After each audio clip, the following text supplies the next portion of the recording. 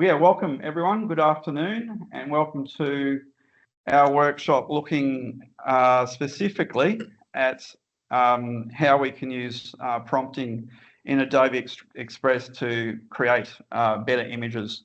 And so I'll start obviously with a quick hello and an introduction to myself, and then I'll throw to Warwick also if you'd like to say some words. I'm Jason Lane, and I'm an Adobe Education Leader. I've been a part of the Adobe Education team for maybe 5 or 6 years now. And even though this is school holidays in Queensland, where I'm from and where I teach, I find it's a really great opportunity for us to come together as educators to talk and share and to work together on all things Adobe to bring creativity into our classrooms. I teach in a boys' school. I teach at Villanova College. We are in Brisbane, and it's a big boys' school, about 1,600 students presently.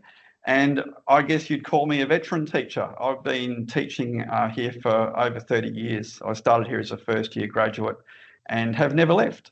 I started as an art teacher, and I'm still an art teacher 30 years later. So I really enjoy being in the classroom, and I get lots of benefit and joy and engagement out of working with kids every day. I work in visual art and media, and I work this year with the year 7, 8 and 9s, right smack bang in the middle school. A very kind of tech savvy bunch of kids, very hard to engage, and we use Adobe quite a fair bit in our media and visual arts areas. Warwick, did you want to just say a few words of hello and we'll continue? Likewise, like Jason, I've been teaching at the same school for over 30 years. I started as a science physics teacher, then moved over to head the technology department, which I've done since then. And Adobe has become part of my teaching every day, from juniors right through to seniors in multimedia. I teach at a private girls' school in North Parramatta called Tara Anglican, and is still enjoying it after that so long. Fantastic. We've got quite a lot in common, Warwick, you and I. That's right. Yeah, I just don't like the word veterans as a teacher, but I heard that used early today, so I guess it's going to stick. Anyway, the purpose of today is, as you know, AI has definitely changed, transformed education. There's no avoiding it. If you sat in on Brett Carlis's talk before, I think it's quite important that we try to embrace using AI and developing literacies in AI with our students and our staff, so that we can all, work together rather than pretending AI never happened and just continuing to do what we've done for decades and for years. So what I wanted to share with you today is just my insights with quite a strong background in working with AI outside of Adobe, and how I have focused, I suppose, specifically on prompting as a way to get better bang for your buck. As you know, we've got credits. How are my credits looking? Pretty good, 486. I tried not to use my credits for a period of time, so I'd have lots of credits to play with today. But you do know every time that you use AI in whatever capacity, you are exhausting credits and resources somewhere. So the whole purpose of our session today is obviously to have some fun, to be creative, to think about our curriculum areas, and to try to enhance how we prompt so that we can get the kinds of results that we want. So what I've got here as a starting point is 2 postcards. So I've been using these postcard spaces to really hone my prompting.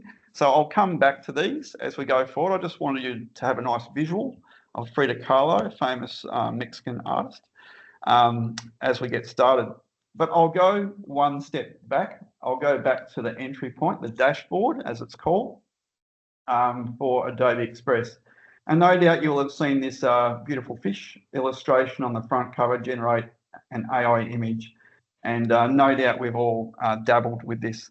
But if I was to simply go in here as a starting point and just type in sunset over a beach and hit generate, this is obviously going to create a brand new document, and it's going to work with the default size, which as you can see is 16:9.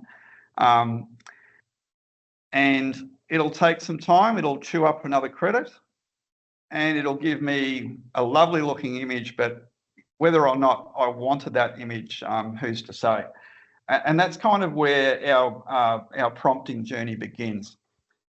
When you do go straight from the dashboard and you click on that generate an image option, it throws you straight into this section here. And I'm sorry if I'm going a bit slow here, but I have found that this is where students get to very quickly because the dashboard is so engaging. It's so easy to work with, as obviously as it's designed to be.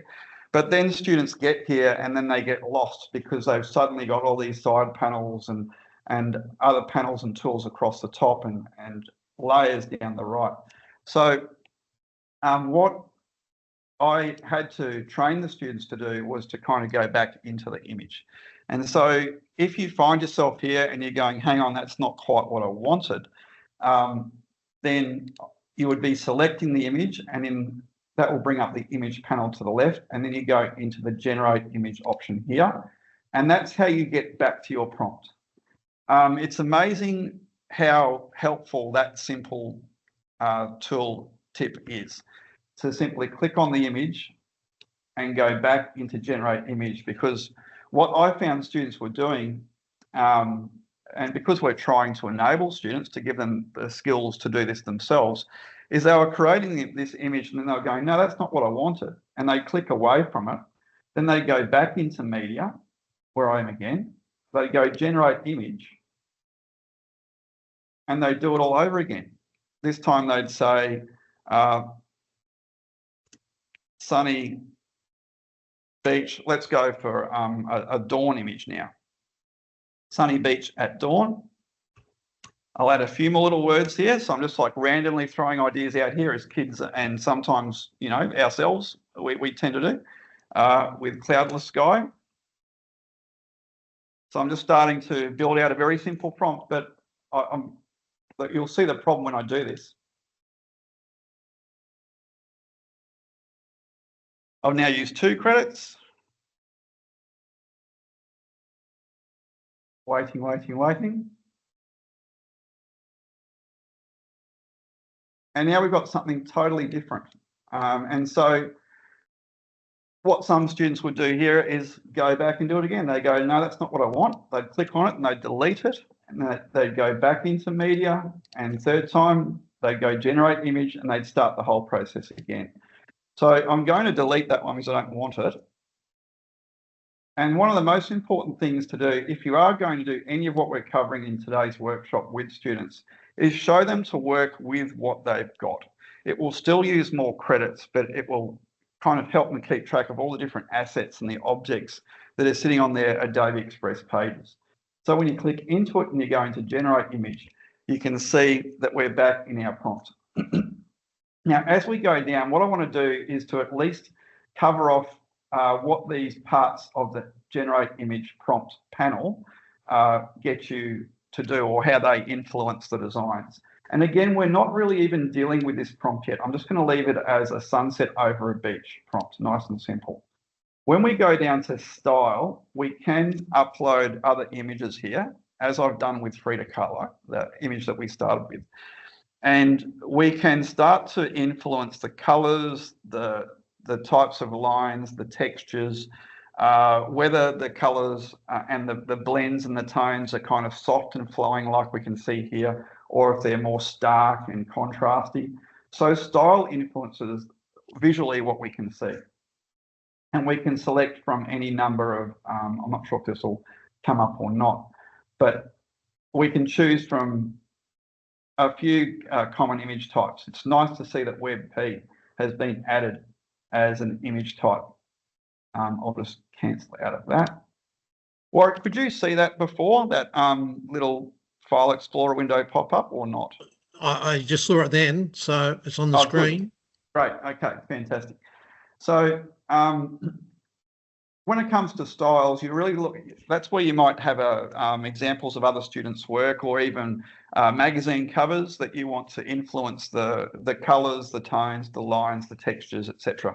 The visual, I suppose, the objects that populate the image space. Composition comes down more to where things go. So if you were to upload an image for composition, and that was a very busy, cluttered image, like a sea of taxis in New York, then obviously that kind of clutter will push into the images that are being generated. The other side of that coin would be a really, wide open countryscape with rolling hills. If you were to bring that in as a composition influence or reference, then it will give you a wide open landscape, kind of like what we've got here. Going down, content types. I've never used auto. I've always kind of gone mainly between art and photo. And so if I was to quickly just change this to a photo instead of an art look, we'll start to get an image that's going to resemble more the second one that was generated before on top of it. So again, I've now used 3 credits. I'm not really, using my credits wisely here, but for the sake of a useful workshop, let's go for it. Lovely picture. I'd love to be there. But you can kind of see how going through the content types, it gives us that different option as well. I tend to stick with art and photo. Going further down, when we look at styles and we start to kind of click on these little pills, it gives us the option to choose one or more to layer up some of these options as well. And what we're essentially doing here from this content type section down is we are actually starting to, whether we know it or not, we are starting to build out prompts. We're starting to add some extra layers to what began as a very simple prompt by saying what kind of a style we want and the overall aesthetic, whether it's a photo, vector, etc., and going on down through there. At the very bottom, underneath all of those, let's just check out what an oil painting might look like as another style change. More credits to be used. Again, that's why I saved them all up for today. So as this comes through, it's now going to start to add, in a visual way, another layer to this prompt that started out as simply sunset over a beach. Jason, okay, I've got a question. I've got a question for you, Jason. It's from me. Yes. How often do you get your credits replenished? That's a really good I've got 500 at the moment, so I haven't used it for a while. So yeah, I reckon after today we'd all be down on the credits. That's a good question. That may be a Tim question. I reckon that's a Tim question. If he drops in on our room, that'd be fantastic, unless someone else can answer it. This is a great example of an oil painting. You can see those kind of, those luscious brush strokes, and you can see how it's been laid up. It's a bit detailed, but it's not really. So what we've got here, just before I quickly move on, I'll just jump to another example that's more of a textured impasto style, is we have worked with a very low level of literacy, a very low level of prompting, but we've instead relied on, I suppose, some of the go-tos that the Adobe Express platform has put in front of us to allow us to, I suppose, prompt in a different way, prompt visually. So what's good about this, if you are teaching at the lower end of schooling in primary school, is students don't need to kind of know the language or the vocab of prompting, but you can still say that what you are doing here is you are effectively prompt crafting. And I think what's really important is that we do encourage AI literacy. I have seen some of the chat and some of what's been said by other presenters today, and also in some of the Facebook groups for Adobe Education recently, where people are saying, I don't teach prompt crafting. Personally, I think we all have to teach AI literacy. Otherwise, we're just consumers, end users. We don't actually understand what's going on inside that black box. So I think that for our younger students to start with this AI panel and to let them understand that what they're doing here is they're actually adding to their prompt when they start clicking these buttons. That's a very early AI literacy tool, and it's certainly something that or I would be encouraging in younger students if I was working with them, knowing that Adobe Express does go, right down to quite a low age level, and it's used widely in primary schools for that reason. So I suppose that's the basics of how this panel works. I'm not going to upload styles and compositions here. I might save that if we've got time for another part of this demo. But just very quickly, that is the panel. And one of the most important things, as simple as it sounds, is to encourage and to make sure that your students know how to get back in to edit these generative image blocks. And again, you simply go in, you click on it, and then you go generate image, and then you're right back where you started. I might pause for some early questions. I can't answer that one, Warwick, about credits. Although that was a very Jason, I got a message back from Kylie and also James McCauley, and it's monthly. Monthly. Yep. So that's pretty good. Okay. Good to know, and that's a lot of credits, but it's not a lot if you're doing, a lot of this work with groups of students, and you're asking them to generate multiple images. So good to know.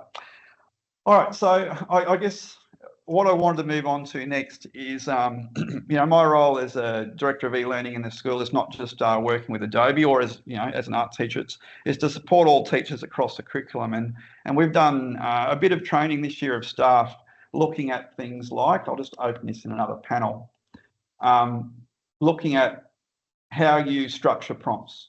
And so when you're working with Copilot or Claude or ChatGPT or whatever you're working with, what's really important is that you do acknowledge and that you do support people learning AI literacy by helping them unpack good prompts. And what I have noticed, particularly in the image generation space, is a lack of all of that. I've been asking recently, again through Facebook groups and other groups, what is an effective prompt if we're trying to get more bang out of our 500 monthly credits, as I now know? How can we get a better end result each time? And so that's where I come back to how we are training all teachers when it comes to AI literacy, and that's to actually unpack and structure a prompt. So if we look at this, it all starts with roles, and then we go into, what are we here to do? Who's the audience, context, and then setting boundaries. And so this is nothing new. I'm sure you've seen things like it in your school. But that's what I was looking for when it came to image generation. When I went, I'll just keep clicking around. So Warwick, just please let me know if anything drops off, but I think we're good at the moment. We're fine at the moment. Fantastic. So then I went to the Adobe Express help page, and interestingly, it wasn't very helpful. It didn't really help me unpack images. And so I suppose its audience is simply engaging people with the tool and then using those buttons down the left-hand side that I showed you before to kind of tweak and direct it a bit more. So that wasn't too helpful. It kind of helped me get started, and again, that's its intent. But I think we need a bit more than that, especially if we're going to really look at AI literacy through a creative tool like Adobe Express. So if you want to drop this in the chat now, Warwick, please do so. So this comes not from me, but from an Adobe educator in the United States. And I'm going to jump straight to the very bottom of this so that we can see her name. So her name is Shell McConville, and she shared this amazing guide, what she calls a 101, but I'd call it a 101, a 201, and a 301, when it comes to a generative guide for structuring prompts. And when I was looking at putting together today's workshop, my first thought was maybe I could take elements from this and personalize it even more to our context here in Australia and New Zealand and wider abroad. But I really couldn't do that. So in the end, what I'm really going to do here is acknowledge Cheryl's amazing work and encourage all of us to unpack it and maybe share some images and what we can generate over the next 20 or so minutes to see how this can be a really powerful tool, and certainly something that you can use with students. So as she starts out at the beginning, and again, this takes me back, I'm just going to open this in another tab this time. Just as any generative AI tool needs a kind of structure for guidance, she does the same thing here. And so she suggests that we go with this kind of a structure, and it gets unpacked as you read through this document. So we start with the subject, a white and gold castle, with turrets and pink flags. And now she goes into the background. So that's the foreground of the image being created. And then the background where the pink text is on the screen, on a hill surrounded by a lush forest with pink flowers. You can see the use of adjectives as well. This is great for English teaching. And then she just drops in a style reference. It's no longer, grammatically correct. It doesn't have to be. We've now got down to the point where we've started to work largely with a subject. It's a good idea to kind of start broadly with a subject. That's why this prompt structure works so well. And so you kind of work from the object, a white and gold castle with turrets and pink flags. So it's starting to, kind of generate that image bank on a hill. And so now the object is grounded, surrounded by a lush forest. The background takes more form with pink flowers, and then style 3D render cartoon. So by adding the style last, we can get the sense on how this is going to direct itself. As she has said there, and I'll just highlight this again, the use of descriptive words is key, because when I just did sunset over the beach, I'm not describing anything, what kind of day it is, where the beach is located, what the waves are like, all those kind of atmospheric terms. And so that's where using descriptive words is key to making your subject as accurate as it can be. Background, as I said, it's important to kind of ground the subject in a space, and that's where the background as the next part of the generative AI image prompt becomes important. And finally, an artistic style. Let's get down to kind of looking at what those styles can represent. My favourite, I'm a bit of a retro dude, into gaming, retro gaming especially. And so for me, I love that old school retro video look. And so because you kind of need to know what terms or what these styles refer to, and because we don't have those visual buttons that we can click on, that's where Shell's work here is really helpful. And so if I was going to run this with a class of students, I would probably print these out and I'd have them as cards, style cards on tables, so that the students can, pass them around and say, oh yeah, that's what I want. And you can see here how the styles influence the image. As we go further down, pencil, watercolor, vintage newspaper, hyper realistic. You can see every, little bead of water and everything else there. As we Jason, go can I interrupt for a sec? I've got a question here from James. Yep. How English-centric is this approach and the prompting and Adobe Express Fireplay in general? I'm not familiar enough with other languages to try. So is it English-centric? Considering where this product was made, I would say yes. Interestingly as well, I've tried with the Frida Kahlo and the other examples that I've done, I tried to also use examples that needed some kind of internet grounding. And so when I did William Shakespeare, created an image of William Shakespeare, it was just an image of a person, a business person. So I think the actual language side of prompting has a way to go, to be honest. But I think it's enough for us to work with these kind of prompting structures as a starting point. But yeah, certainly a good question there. And by all means, James and everyone else that's with us today, why don't you start punching in some of these things? Hopefully you've got this up in your screens, and another panel you can start to put in some of these prompts and see what you get. I'm going to do that myself in a few seconds. Does anyone else have any experience to maybe give James some insights? Sometimes the best answers come from the other people in the room. Anything else there, Warwick, at this point? Not yet. Oh, hang on. Here we go. We've got Kylie typing at the moment. Right.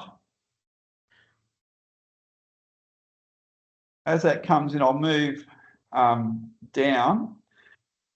This is what I was covering, but without taking you through the steps before, how we can upload documents to influence the style and the composition.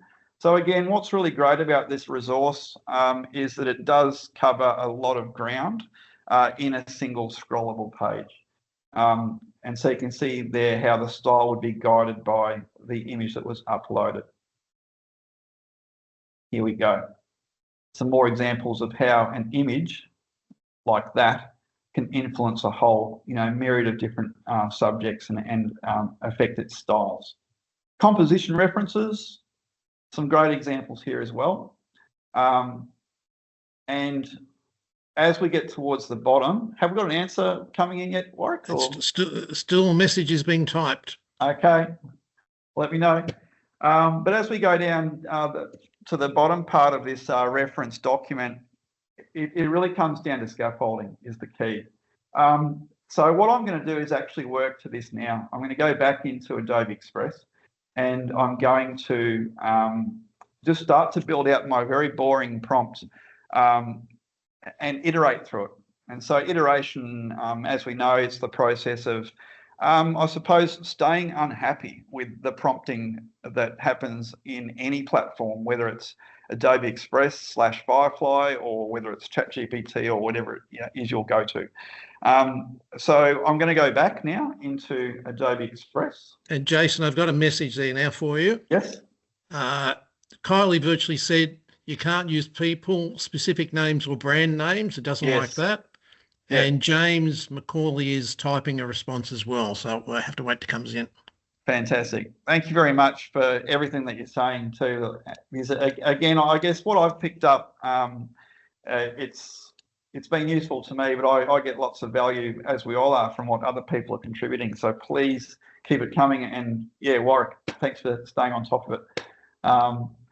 With this prompt here, I'm just going to go back into the image that I had before, sunset over a beach. Now, actually, I'll go back. I'm going to go into here. All right. So we're now going to kind of go back into this document here. A dark and stormy night, with the house. So if we start to iterate through with a beach ball floating in the foreground, I'll just leave that for now. I'm going to clear out my style. So we're going to go back to art because it just looks so good. And I'll go generate. Here goes another credit. And so now while that comes up, I'm starting to demonstrate. And I think it's great to do this visually. Sometimes students learn best visually. I know, personally I do. I suppose that's why I'm an art teacher from my original trade.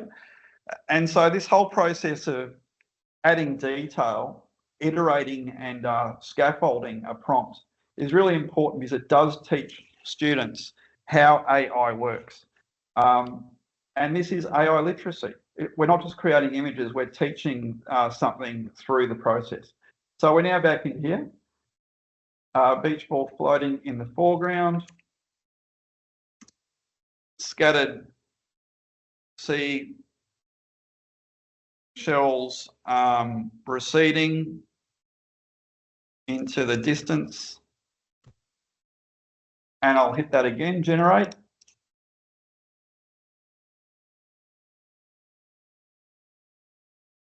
And that's probably enough of a demonstration of that iteration process, and a great way to encourage students to never just settle with the first image, to kind of keep iterating and rolling through and expanding the prompt to give it more refinement, essentially. Exactly what we do when we're doing generative AI in text-based LLMs. Okay, there we go. So it's starting to take shape. It's kind of moved away from this ordinary, sunset over a beach into something that's a bit more, refined and bespoke, which is important.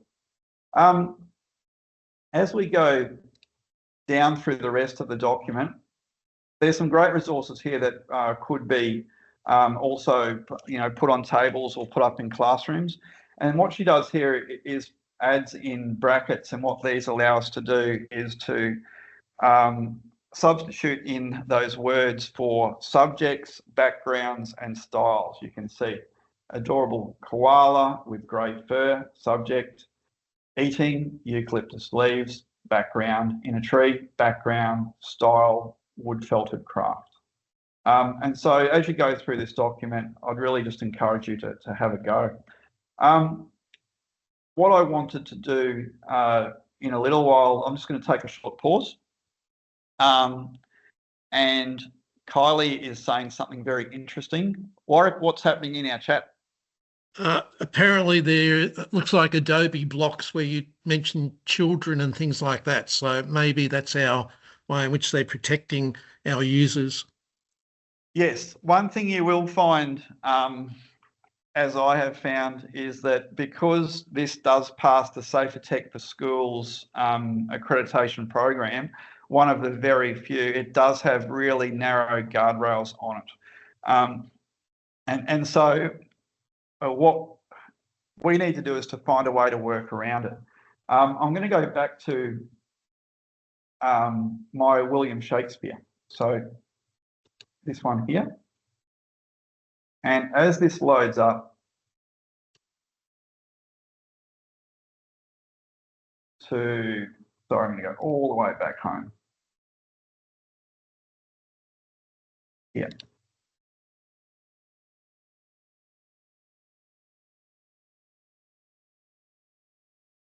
If I click into this William Shakespeare one, for instance, I will just show you by clicking on that and then into generate image, the detail that came into creating this prompt for William Shakespeare. And I'll also let you in on a little secret about how I didn't write it. And so in the case here, if I just type in William Shakespeare, I won't get what I want. But sometimes it's better that you actually go on a kind of descriptive journey with your students and you say, okay, what does he look like? Or, what would he be surrounded by? And so in the case here, you can actually make that another teaching moment too, where you can say, right, what would Shakespeare be surrounded by? What period costume would he be wearing? And so then that way, it's almost like a kind of game in the sense that the more detail that they can put into their prompting structures, the more hopefully they'll get what they're looking for. In the case here, this took a fair bit of workshopping. It was a distinguished Elizabethan man with a high forehead, receding hairline, and a neatly trimmed beard. Didn't always have that. He wears a doublet with ornate embroidery, a white ruffle collar, and dark velvet cloak. His expression is thoughtful. Geez, I wish this was longer. It's hard to scroll through. Don't know what anyone else thinks about that. His expression is thoughtful and poetic, seated at a wooden desk with quill in hand, parchment scattered around, candlelight casting warm shadows in a dimly lit study filled with old books and scrolls. So as you can see, these prompts can be as detailed as you wish to make them. And that was still one credit, even though it took a lot of processing. I'm wondering if anyone is starting to build out some prompts, but if not, I might just get us all to do a little 5-minute activity, which is a fun way to build out prompts using one of these built-in guided activities. So, any examples to share? Jason, we've got a 10-minute warning, okay? Okay, all right. I'll leave everyone with a bit of homework, and this is great fun. So if you go into the Learn panel, I hope you've seen this, and if you go down to guided activities, there is a create a portrait masterpiece one here. And when you click on that, this is great. This won't play with any audio, but it's an example of how you can. There it is.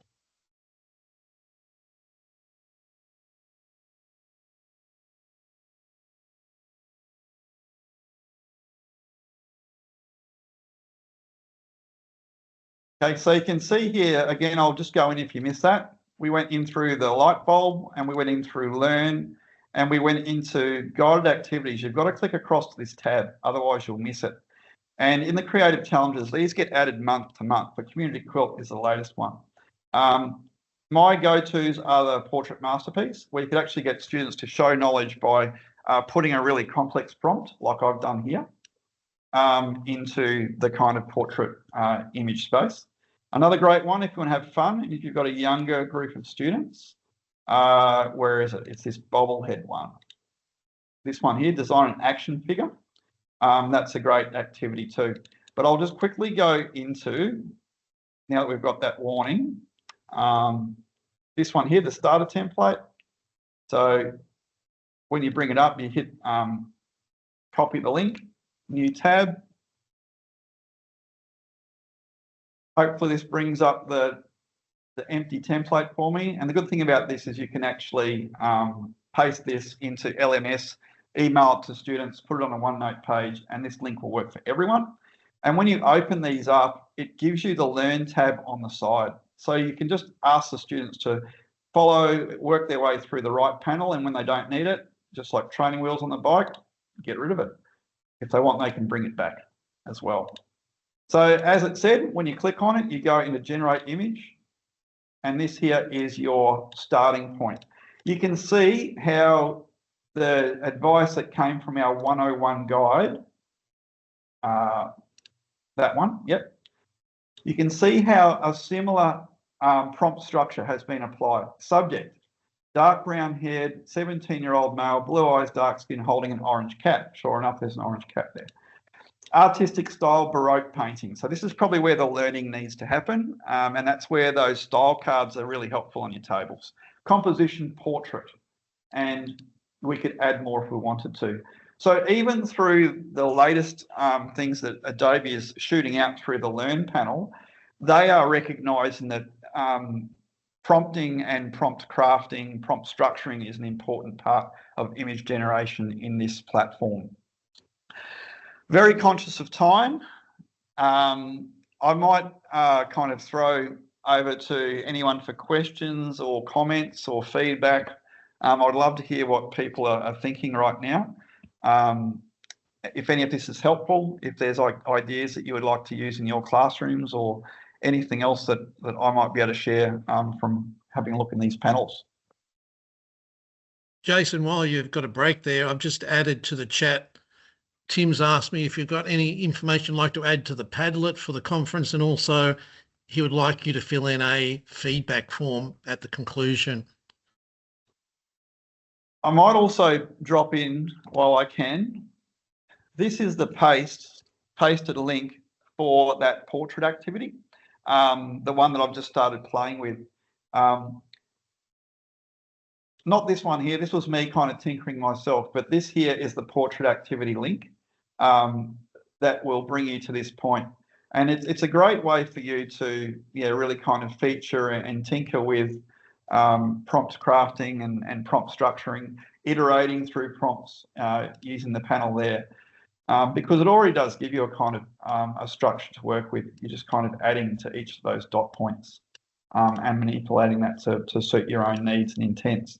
It'd be great that you would, if you use this to kind of show what a historical figure looked like, knowing that Adobe Express can't, ground its images in the real internet or internet searching. They really need to provide lots of detail and background knowledge for the image to look anything like the person they're trying to make it look like. Jason, would you like me to add the other link you sent me about slow teaching and AI toy box action figures? Yes, please. So okay. This is a bit of a shout out to another Brisbane teacher. So Vince Wall, this is an example of, I suppose, next level image generation from, again, a veteran teacher. Vince. He's at All Hallows, a great school in Brisbane, and he has found this amazing connection, a way to bring image generation and history together. And so this is some of his work here, and I see connections between this and this portrait activity as a great way for you to teach important historical figures in your classes across the